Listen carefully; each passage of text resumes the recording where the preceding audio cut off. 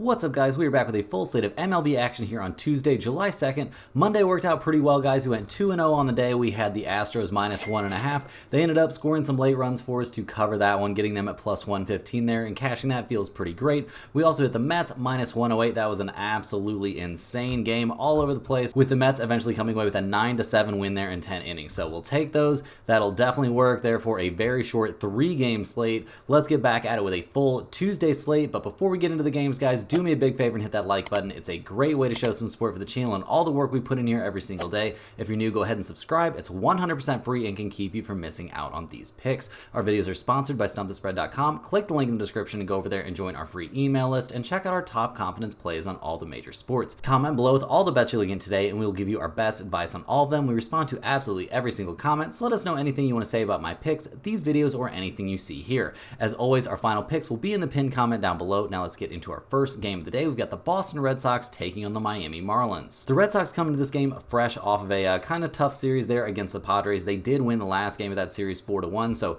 that's something. They're 44-39 on the year, handing the ball to Cutter Crawford, who's 3-7 this season with a 3.59 ERA. He's coming off of a pretty mediocre start there at Cincinnati. He went 6 1/3 innings, gave up 5 hits and 3 earned runs. He gave up 3 home runs. The dude has given up 3, 2, 2, 1, and 1 home runs respectively over his last 5 starts. Yeah, that is absolutely crazy stuff. Cannot keep the ball in the ballpark. Putting up pretty decent strikeout numbers. Some of his runs that he gives up aren't earned, but who really cares about that in the long term? Crawford, not a starter that I have a ton of faith in right now. And while the Red Sox bullpen, guys, has not been terrible necessarily, it also isn't one that I'm like crazy high on. They are 8th in the majors with a 3.63 bullpen ERA, but you know, they did have that game where they gave up 11 and 9 runs there against the Padres. So, you know, not exactly the hottest pitching staff in the MLB right now. So questions about that for sure. The Red Sox bats, maybe not the hottest at the moment either. I mean, they did just score 4 runs, but they scored a grand total of 7 runs over that 3-game series. So not a ton of great things happening for the Red Sox at the plate right now, and just not a ton of great things happening for them in general. They're taking on a Miami Marlins team though, which,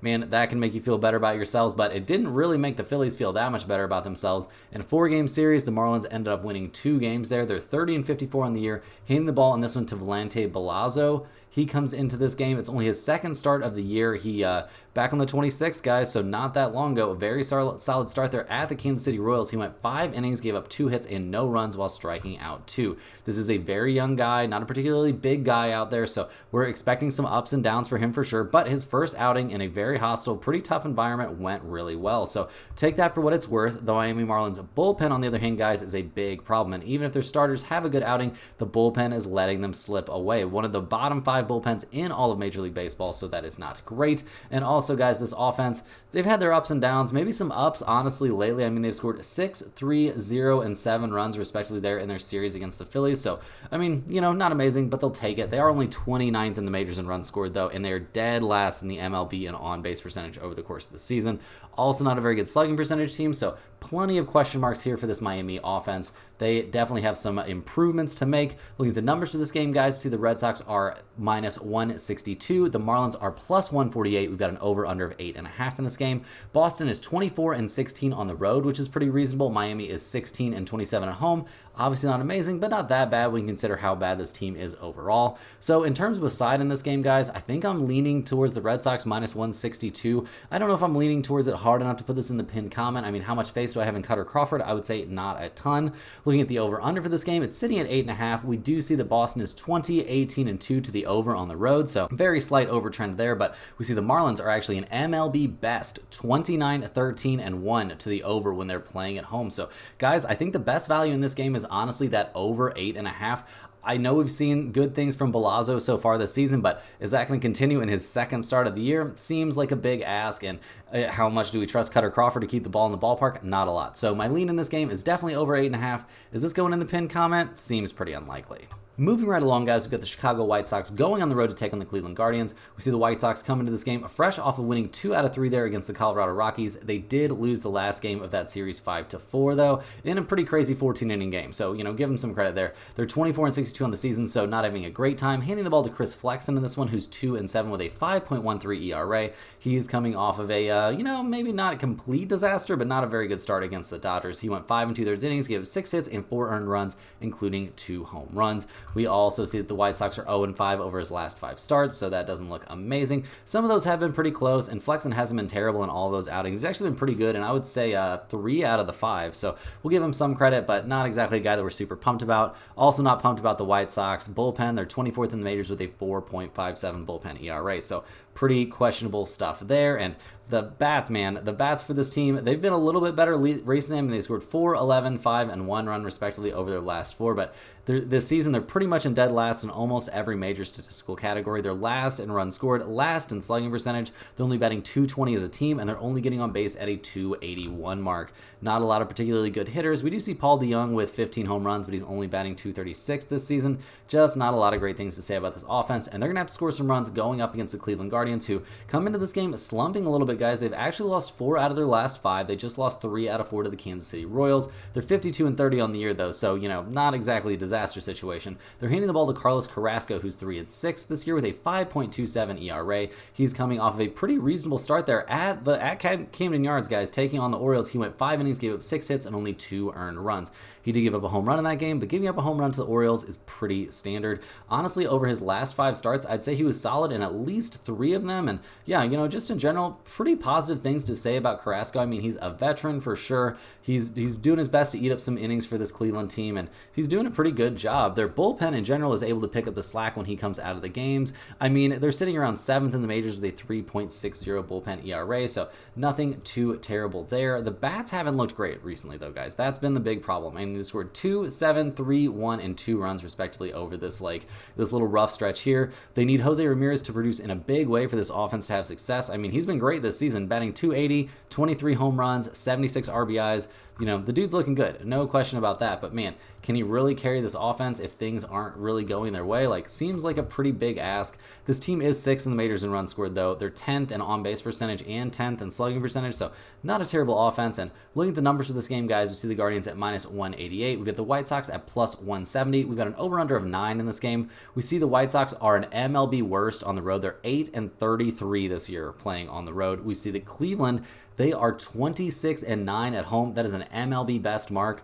Looking at the over-under for this game, which is currently at 9, we see that the White Sox are an over team on the road and that Cleveland's an over team at home. So if you wanted to take a look at over 9, I think that makes a lot of sense in this game. But guys, I'm pretty interested in looking at the Cleveland Guardians -1.5 for this game. If you take a -1.5, you can get them at -105 or +100, somewhere in that range. Seems very reasonable to me, guys. Give me the Guardians -1.5. I think this is a very good spot for Cleveland. Despite having Carrasco on the mound, I think their bats are going to show up big. Next on the docket, guys, we got the St. Louis Cardinals going on the road to take on the Pittsburgh Pirates. The Cardinals come to this game fresh off of a 2-0 win there over the Cincinnati Reds. They split that 4-game series against the Reds 2-2. They're 43-40 on the season, holding on to second place there in the NL Central. They're handing the ball to Kyle Gibson in this game, who made his first start back after a start that got scratched due to back tightness and stuff like that. He didn't look amazing out there against the Braves. He only went 4 innings, gave up 4 earned runs. He walked 5 in that game. Just not his sharpest stuff. Does not seem like himself right now. So definitely some questions for me about how Kyle Gibson's going to look out there. The Cardinals bullpen in general has been trending in a positive direction for the last, I would say, almost month now. They're up to 12th in the majors with a 3.89 bullpen ERA, so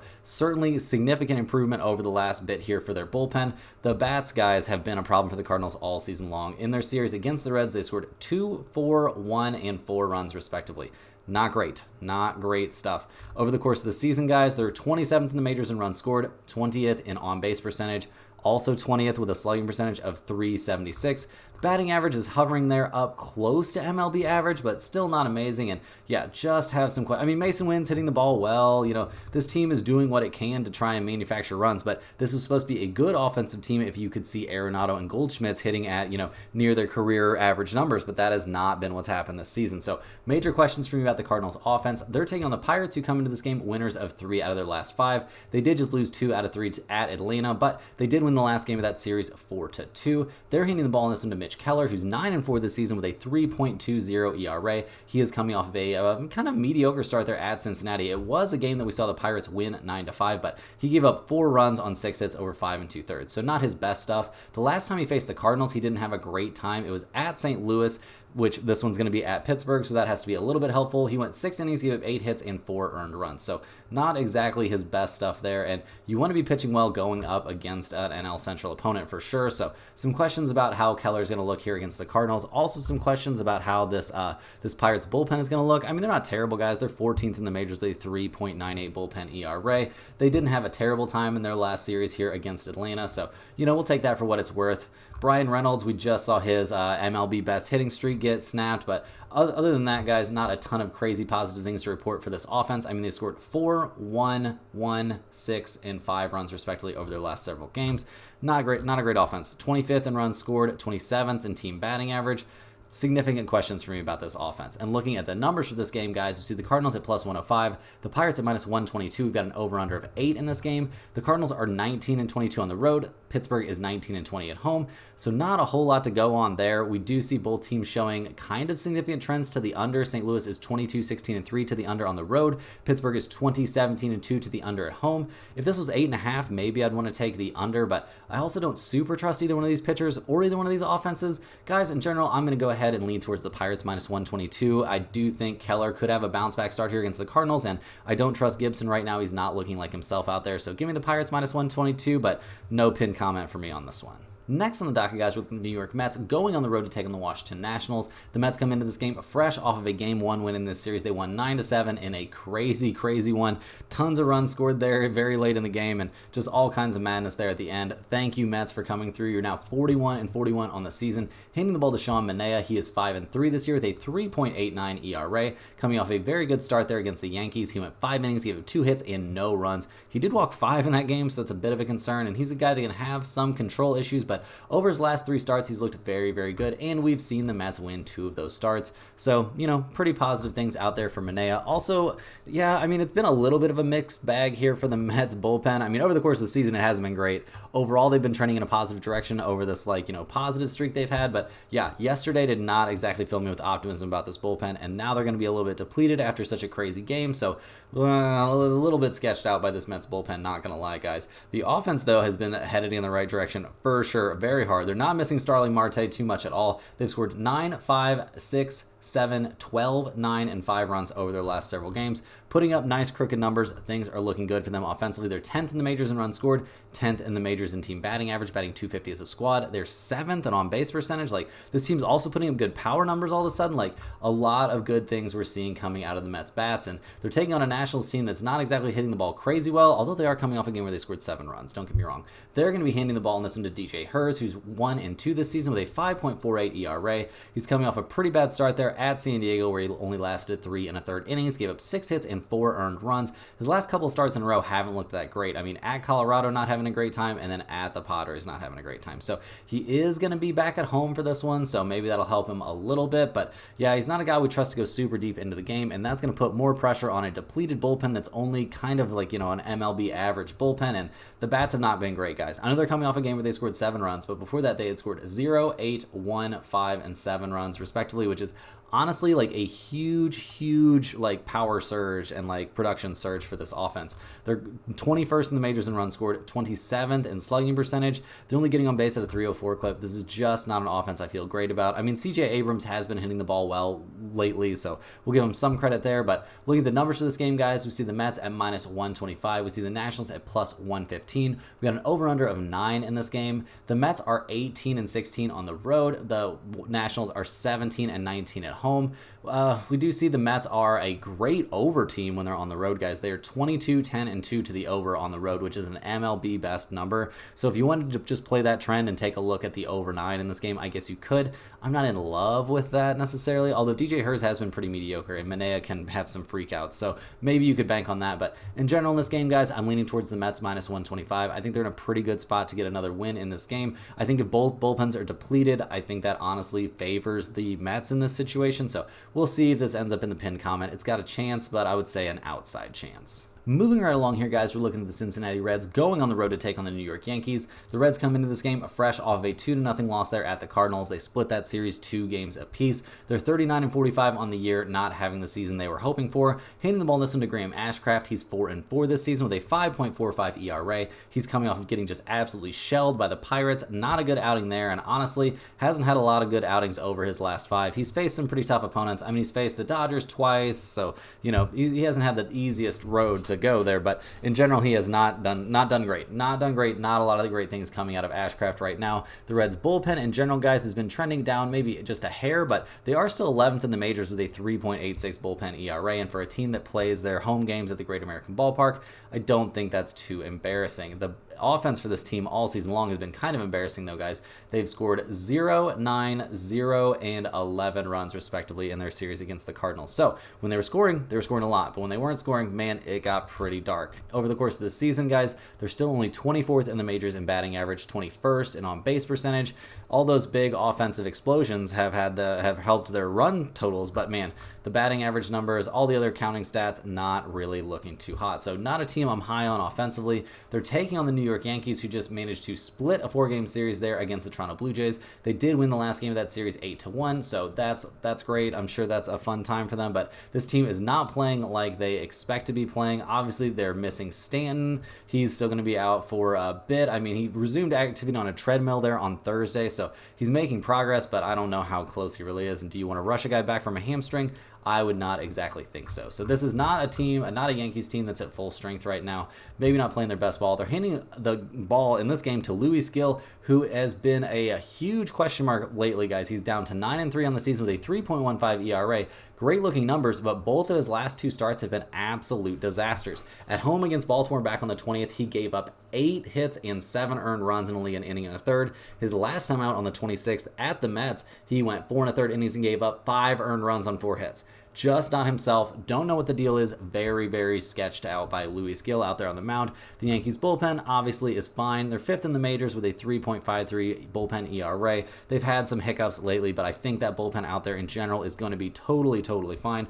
The question for me is, what are we going to get from Gil, and what are we going to get from this Yankees offense? I mean, they scored 8, 3, 16, and 2 runs respectively in their series against Toronto. So we kind of don't know. They're going to be at home back at Yankee Stadium, so I think that helps a little bit. Aaron Judge is obviously an absolute monster, but man, like, what are we going to see from this offense as a whole? Definitely some question marks to me. They're pretty banged up. I mean, they're still 2nd in the majors in runs scored and 8th in batting average, so I don't think it's exactly time to ring the alarm bells, but looking at the numbers for this game, guys, we see the Reds at plus 168. We see the Yankees at minus 185. We've got an over-under of 8.5 in this game. The Reds are only 19-22 on the road. The Yankees are 24-14 at home. We don't see any crazy over-under trends really to back up anything in particular here, although I do think that over 8.5 is very reasonable in this game. It might honestly be my bigger lean because I have absolutely no idea what to expect from Gil in this one. I do think he's going to get back on track at some point, but is this game going to be the time?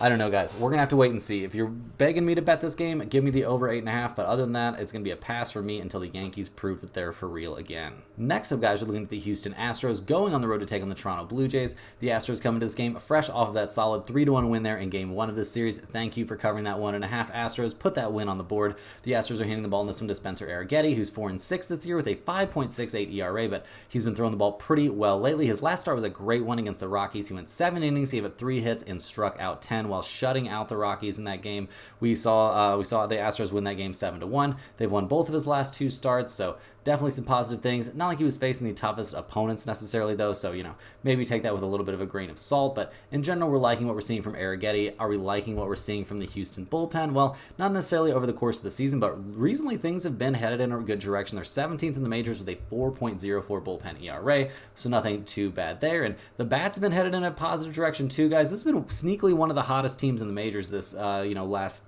10 or 20 games, something like that. They've scored 3, 10, 9, 2, and 7 runs respectively over their last few. They've also won 4 out of their last 5.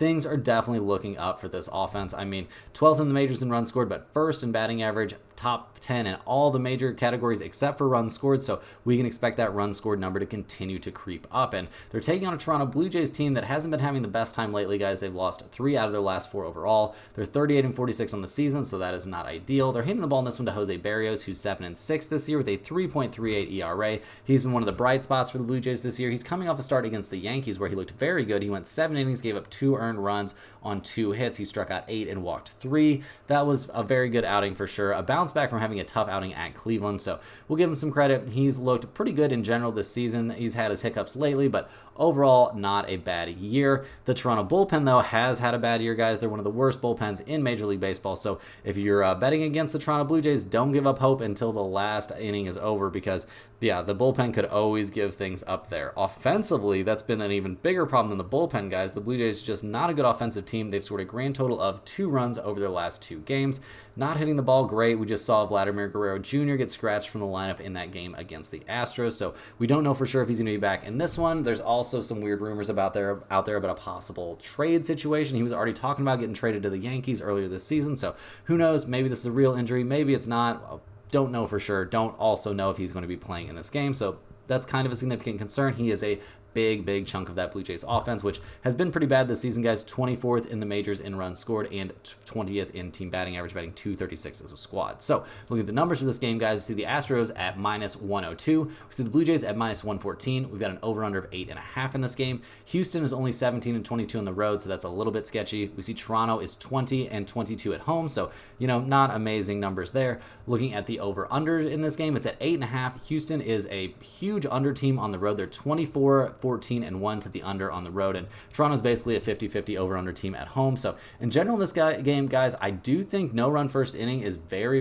reasonable. I also think under 8.5 is reasonable. If you're asking me to pick a side in this game, I'm leaning towards the Astros -102, especially if we see that if Vladimir Guerrero Jr. is out for this game. I think it's a great spot to just take the Astros straight up. So you're gonna have to check back in that pinned comment and see if this ends up in there with on the Astros side or any of those other bets that I mentioned. We just have to get more complete information about what the status of Vladimir Guerrero Jr. is. Next on the docket, guys, we're looking at the San Francisco Giants going on the road to take on the Atlanta Braves. The Giants come into this game fresh off of winning 2 out of 3 there at home against the Dodgers, so they got to feel good about that. They are 41-44 on the season, handing the ball to Hayden Birdsong in this one. He has yet to figure a result this season. He's sporting a 5.79 ERA after his 1 start this season where he took on the Chicago Cubs. He went 4 2/3 innings, gave up 6 hits and 3 earned runs. He had a home run in that game. Obviously, not expecting miracles out of a rookie starter making. I'm pretty sure that's his MLB debut. I mean, he's only 22 years old.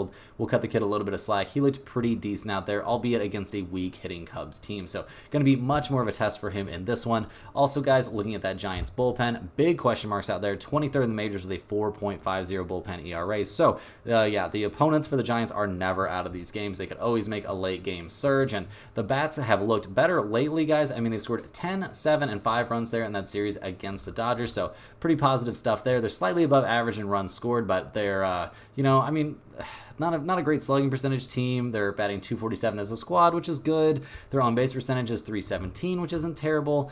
It's just something, I mean, I'm just not crazy high on this offense. I mean, Matt Chapman's leading the way with a .242 batting average, 11 home runs, and 39 RBIs. If that's your big gun slugger out there, I've got some questions about where your offensive production is going to end up over the course of the season. They're taking on the Atlanta Braves in this game, who just won 2 out of 3 against the Pirates. They did drop the last game of that series 4-2, though. They are 46-36 on the season, handing the ball to their ace, Reynaldo Lopez, who is 6-2 this year with a 1.70 ERA. He's coming off a very good start there at the Cardinals, where he went 5 innings, gave up 4 hits and 2 earned runs in a game we eventually saw the Giants end up winning 6-2. The Giants are also 5-0 over his last 5 starts, I mean, so things are looking very good there. He's been dominant, guys. There's no way around it. Reynaldo Lopez has been an absolute monster this season, and in general, guys, the Braves bullpen has also been very good. They're clearly top 5 in the majors with a 3.50 bullpen ERA, so no negatives to report there. They've been looking pretty good lately as well, so lots of positives for this team. The positives kind of end, though, when it comes to their offense. I mean, they did score 2, 2, and 6 runs, respectively, in their series against the Pirates.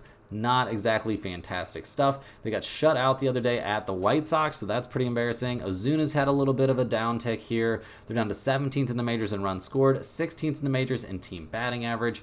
just not a great team at the plate right now. They could definitely turn it around. They certainly could, but it just isn't happening at the moment. So looking at the numbers for this game, we see the Giants at plus 164. We see the Braves at minus 185. We've got an over-under of 8.5 in this game.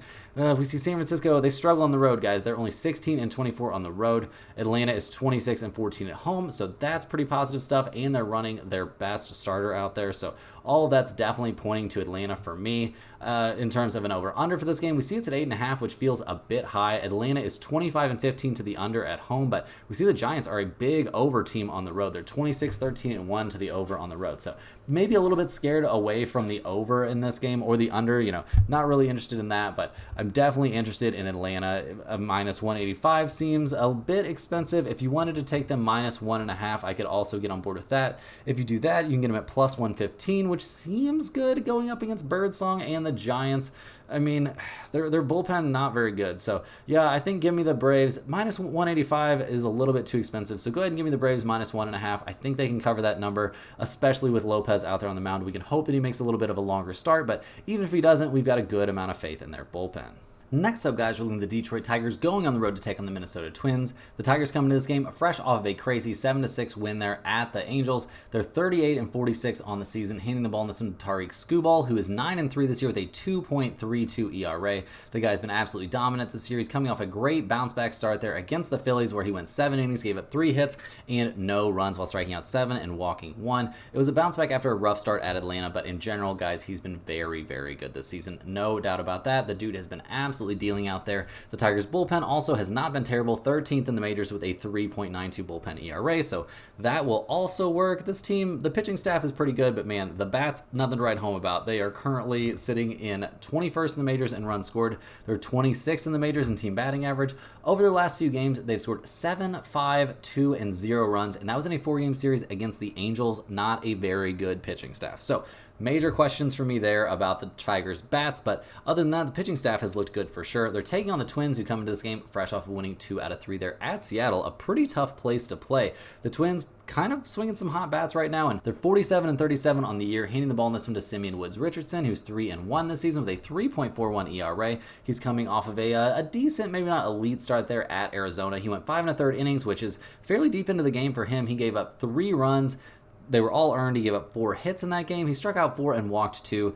Not the worst outing ever. I mean, also Arizona, decent hitting team for sure. And over 4 out of his 5 last starts, he's looked pretty good. He did hit a bump in the road there against Oakland, but we also see that, the Twins have won 3 out of his last 5 starts. So that's fine. That's serviceable. He does put a bit of pressure on the bullpen, or at least tend to, and they're only 19th in the majors with a 4.09 bullpen ERA. So that's not great. The bats are what really sets this team apart when they're hitting. We see Carlos Correa leading the way with a 3.11 batting average. That is very, very solid stuff from him. In general, over the course of this year, this team is easily top 10 in runs scored. They're top 5 in slugging percentage. They're 11th in the majors, batting .248 as a team. This is a pretty good offense. Just no way around it. They're hitting the ball pretty well. Not a team you're very excited to go and visit. And looking at the numbers for this game, guys, we're looking at the Tigers at minus 112, the Twins at plus 102.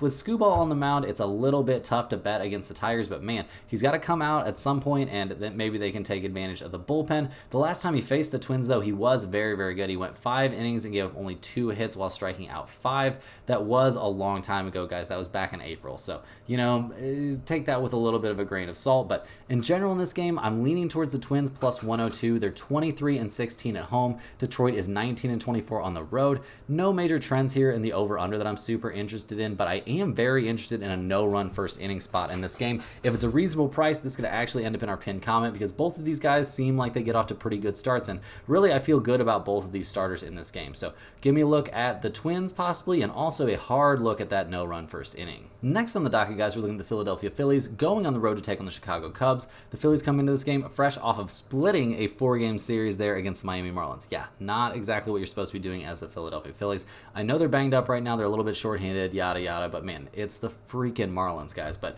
whatever. They're 55 and 29 on the season, handing the ball in this one to Michael Mercado. He comes into this game only making his 2nd appearance of the season. His first one was back on the 24th At Detroit, he went 1 inning out of the bullpen and looked good. He struck out 1, didn't give up any hits, so he looked very, very good. What are we going to see from him as a starting pitcher, though? That'll be kind of interesting to see what he can do when they stretch him out and give him the reins and see how deep he can go into this game. If he can't go super deep, though, we're going to be leaning on the Phillies bullpen to just do a full game start, and really no major qualms about that for me, guys. They're first in the majors with a 3.08 bullpen ERA, so we can pretty much trust this squad to go out there and take care of business, even if they have to use 3 or 4 relievers over the course of the game or even more. I think we can expect good things from this pitching staff, and generally been very good over the course of the season. The question right now for the Phillies is their bats. Obviously, they're missing Bryce Harper an awful lot, banged up on offense, no doubt about it. Over their last few games, they've scored 7, 2, 2, and 4 runs respectively, and that was all against the Marlins. Not exactly great stuff, not inspiring a ton of faith here in me. I mean, we don't exactly know when we're going to see Harper back out there on the field. The latest news is it's still, just that left hamstring strain. Gonna be a minute. Don't want to rush somebody back from that. They're also missing Schwarber. He's going to be out for probably an indefinite amount of time with that groin strain. So both of those pretty tricky. Not stuff you want to rush guys back from. They would love to have him back here going up against the Cubs, who come into this game winners of 1 out of their last 3. They're not having a great time in that series at the Milwaukee Brewers. They're 39-46 on the year, dead last in the NL Central. They're handing the ball to Hayden Wesneski. He has yet to figure out a result this season, apparently, and he's sitting with a 3.60 ERA, coming off of a decent start there at the Giants. It was his first start of the season. He went 4 innings, gave up 2 hits and 3 earned runs to the Giants. He did give up 2 home runs in that outing. He struck out 7 and walked 1, and it was a game we saw the Cubs eventually lose 4-3. The Cubs are also 0-5 in his last 5 appearances. Obviously, as a bullpen pitcher, it's not really his fault, but still something to take into consideration, maybe just a little bit. We also have to look at where the Cubs bullpen is at, and guys, it's not really in an amazing spot. They're down to 16th in the majors with a 3.98 bullpen ERA, so not exactly a bullpen you can super trust, and the bats can't really trust them either, guys. They've scored 1, 5, 2, and 5 runs respectively over their last 4 games. Not great stuff there. Cody Bellinger is trying to, carry the load a little bit for this offense, but that's a pretty big ask. He's not getting a ton of help out there, and this team is only 25th in the majors, batting .228 as a squad. They're also down in the bottom third of the league in slugging percentage. They're about league average on base percentage, but not a great run-scoring team. Just not a great offense overall. And looking at the numbers for this game, guys, it's a little bit crazy. This seems suspect to me. We've got the Phillies at +110. We've got the Cubs at -122. We've got an over-under of 9.5 in this game. The Phillies are 21-15 on the road. The Cubs are 22-18 at home, so we'll give them some credit there. But in general, guys, how much faith do we have here in Hayden Wesneski? I don't have a crazy amount.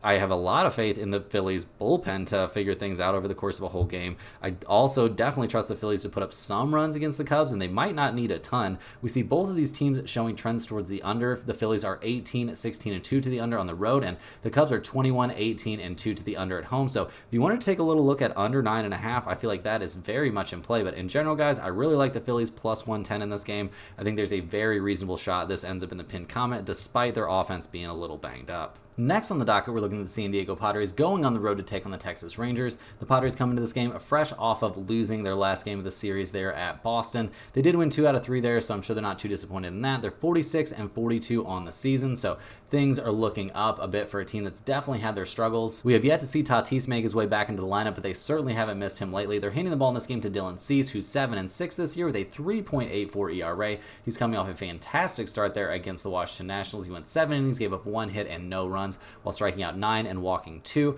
Going 7 innings is a bit of a stretch for him. Generally, he's not a guy that goes that deep into games, and his 2 starts before that against the Brewers and against the Mets didn't really go great. So we have a little bit of a question mark about how he's going to fare in this one after that long outing. The Padres bullpen also not one we super trust to back him up. 18th in the majors with a 4.04 bullpen ERA.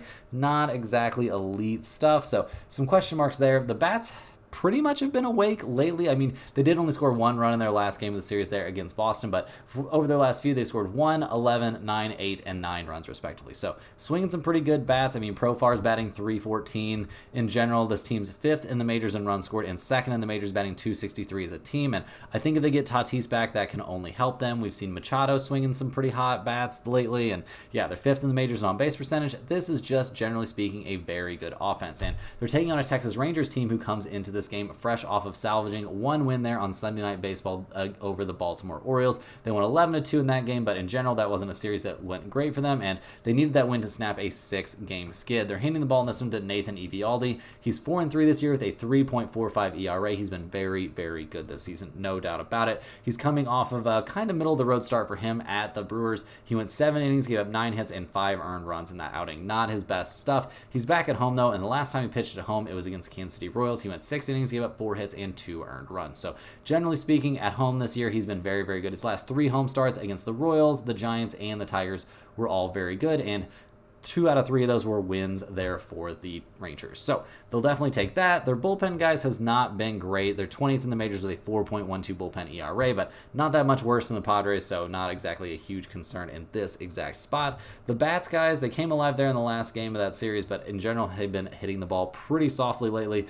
Over the last few, they scored 11, 5, 1, 2, and 5 runs, respectively. Not swinging the hottest bats, guys. I mean, 16th in the majors in runs scored, 19th in the majors in batting average. They're 18th in the majors in on-base percentage. Definitely have some question marks about their entire offense situation. Looking at the numbers for this game, we see the Padres at -104, the Rangers at -106. We see over-unders showing out there of 7.5 and 8. The Padres are 21-20 on the road. The Rangers are 20-19 at home. We do see the Rangers are an MLB best 26-11-2 to the under when playing at home, so that's something to take into consideration, I suppose. Am I interested in under 8 or under 7.5? Not really, though, guys. I'm more interested in a small lean on the Rangers -106 in this game, assuming that we don't see Tatis coming back. I'm expecting a decent start here from Eovaldi, but overall, guys, this game pretty much just a pass for me. Moving into the home stretch here, guys, we've got the Tampa Bay Rays going on the road to take on the Kansas City Royals. The Rays come into this game fresh off of winning 2 out of 3 there against the Nationals. They won 5-0 in the last game of that series. They're 42-42 on the season, handing the ball to Zach Littell, who's 2-5 this year with a 4.17 ERA. He's coming off a very good start there against Seattle Mariners. Honestly, his last 2 starts in a row have been very, very good. So definitely props to Littell there. I mean, he's thrown the ball well recently over his last couple. He has had his struggles at times this season, so not exactly going to throw the guy a parade, and we're certainly not going to throw a parade for that Tampa Bay Rays bullpen. It has been terrible this season, one of the worst in the majors, so that is a big concern, especially late in games. And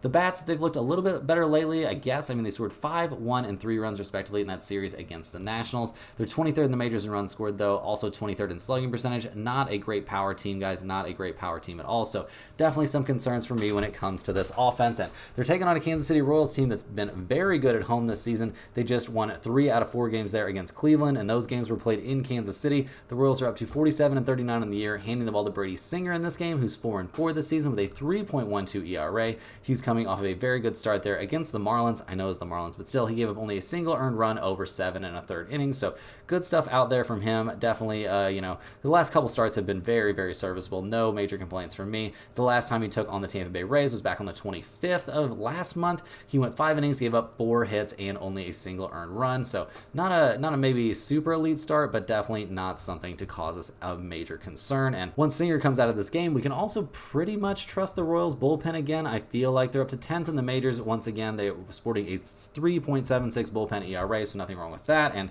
the bats seem to have come alive, guys. They scored 6, 2, 10, and 2 runs respectively over their 4-game series against Cleveland. We see Bobby Witt Jr. looking pretty good. He hit a triple there the other day, and overall, they're 11th in the majors in runs scored, up to 14th in the majors in team batting average. Like, this is a team, especially at home, that you can trust to put up some runs. And looking at the numbers for this game, we see the Rays at +106. We see the Royals at -120. We got an over-under of 9 in this game. Tampa Bay is 19-17 on the road, which not terrible, but the Royals are 30-16 at home. Very dominant stuff. We see the Royals, actually, neither team really showing significant trends towards the over-under, but not really interested in the over-under in this game, but I'm very, very interested in the Kansas City Royals -120. I think this is a great spot for them and for Singer to come away with a significant win. Next up, we've got the Angels going on the road to take on the Oakland A's. The Angels come into this game fresh off of a 7-6 loss there against the Tigers. That loss actually snapped a 6-game winning streak there for the Angels. They're 36-47 on the year, though, so not exactly a ton of positives to report, except for the news that Mike Trout's going to be coming back hopefully by the end of July, so that's cool. But they're hitting the ball on this one to Jose Soriano. He's expected to make this start coming off of the IL after that abdomen injury. His last time out was back on the 12th, so it hasn't been that long, but his last time out was very, very good. He did throw 8 innings in that start, so that's something to take into consideration. But we'll see how he looks here coming off the IL. We'll also see how that Angels bullpen looks. It's been trending in a slightly positive direction, but when that has you only with a 4.60 bullpen ERA, obviously still a very, very weak bullpen. And in general, guys, the offense, they were scoring a couple runs. I mean, they did just score 6 runs, but they scored 6, 6, 5, 5, and 5 runs respectively over their last few. So the offense definitely helping them along here with this winning streak. But is this an offense we can depend on? I wouldn't say that much. I mean, over the course of the season, they're only 20th in the majors in runs scored and 22nd in terms of on-base percentage. So I definitely have my share of questions here about the Angels as a team. They're taking on the Oakland A's, who that's another team with lots of question marks, more questions than answers. They're 30-56 on the year, coming off of losing 2 out of 3 against the Arizona Diamondbacks, and they just got swept at the Angels in a 3-game series, the series before the one against the Diamondbacks. So things not exactly looking great. They're handing the ball to Mitch Spence, who's sporting a 4.35 ERA, coming off of a pretty rough start there at the Angels, where he gave up 8 hits and 6 earned runs over 5 1/3, and now he's got to face the Angels again. Seems a bit tough, guys. And yeah, looking at that Oakland bullpen, also not great. 22nd in the majors with a 4.41 bullpen ERA, and this offense, we all know the offense not that great. Might be the second worst offense in the major leagues. It's kind of hard to tell. I mean, obviously the White Sox are down there by themselves as the worst offense in baseball, but they're 20th in the majors in runs scored and 28th in team batting average. Not a lot of guys hitting the ball great. I mean, Brent Rooker is doing what he can with a 261 batting average and 15 home runs, but not exactly, not the kind of guy that's going to carry an offense to success. So looking at the numbers for this game, I'm very shocked to see them so close. I guess the odds makers don't have a lot of faith in Soriano here coming off the IL. I've got some faith in him, though, and the Angels at -108 is looking very intriguing. The Angels are 18-21 on the road. We see Oakland's only 18-23 at home, so that's not, anything crazy. No major trends towards the over-under that I'm interested in this game, but I'm definitely interested in those Angels -108. This might end up in the pinned comment. Next on our slate here, guys, we've got the Baltimore Orioles going on the road to take on the Seattle Mariners. The Orioles come into this game fresh off of winning 3 out of 4 there against the Rangers. They came up pretty small there on Sunday Night Baseball, though. Not a great start out there for Cole Irvin, so pretty disappointing stuff there. But overall, they're 53-31 on the season, handing the ball in this one to Grayson Rodriguez, who's 9-3 this year with a 3.72 ERA. He's coming off of a solid bounce-back start there at home against the Cleveland Guardians. He went 7 innings, gave up 5 hits, only 2 earned runs. It was a big bounce-back after getting shelled at Houston, but over his last 5 starts, guys, we've seen the Orioles go 4-1, and he hasn't given up more than 2 earned runs over any of those winning starts. So overall, pretty happy with Grayson Rodriguez. Not too disappointed in this Orioles bullpen. They're sitting somewhere around 3rd in the majors with a 3.44 bullpen ERA, so pretty solidly top 5 there. Not a lot of bad things to say about them. And the offense, guys, it's getting back on track. They obviously only scored 2 runs in the last game of that series, but overall they looked pretty good. They've scored 2, 6, 2, 11, and 4 runs respectively, and this is not an offense that's going to stay down for long, guys. I mean, yeah, 1st in the majors in runs scored, 6th in the majors in batting average, 1st in slugging percentage. This is a good offensive team, no doubt about it. They're taking on the Seattle Mariners. Not a good offensive team, but definitely a good pitching staff. They're 47-39 on the year, though. They've been having a rough time lately. They're handing the ball to George Kirby, who's 7-5 this season with a 3.35 ERA. He's coming off of a very good start there at Tampa Bay, where he went 6 innings, gave up 4 hits, and only a single earned run. He hasn't given up more than 2 earned runs over any of his last 5 starts.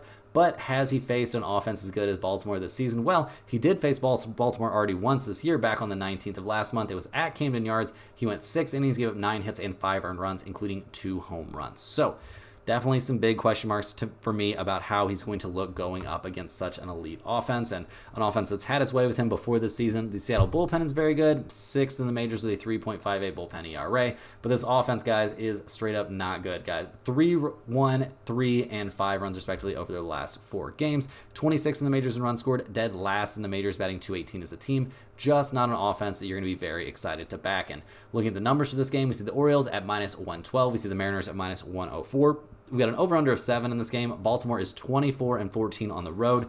We see Seattle is 28-14 at home, so very impressive stuff there. We also see Baltimore as an MLB best 22-13-3 to the over on the road. So there are two spots in this game that seem very live to me. I think over 7 is extremely live. I think we're going to see some offense here from Baltimore, and if Seattle can chip in any runs at all, I think we can easily get over that 7 mark. But more interested in that, I am interested in Baltimore -112.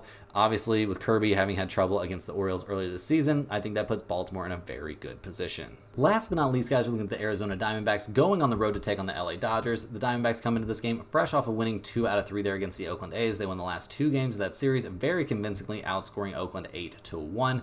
They're only 41-43 in the year, though, handing the ball in this one to Ryan Nelson, who's 5-6 with a 5.69 ERA, coming off a very bad start there against the Twins, where he got shelled for 10 hits and 6 earned runs over only 3 2/3 innings. One of those guys coming off of slightly an extended start and getting banged up. We're also not super confident in the Diamondbacks bullpen, guys. They're sitting somewhere around bottom 5 in the majors with just one of the worst bullpens out there. So not a lot of positives to report for their pitching staff in general. Their bats, I mean, they looked okay recently, maybe not as good as they have at some other points in the season. They are 9th in the majors in runs scored and 9th in team batting average. So borderline a top 10 offense. So definitely some credit where credit is due there, but they're going to have to score some runs going up against the Dodgers, who come into this game 52-33 in the year, trying to shake off a terrible Paxton start there. They're handing the ball in this one to Bobby Miller, who's 1-1 with a 6.75 ERA. He's coming off a mediocre start there at the White Sox, where he only lasted 2 innings, gave up 3 earned runs on 4 hits, including a home run. He's given up 1 home run over each of his last 4 starts, and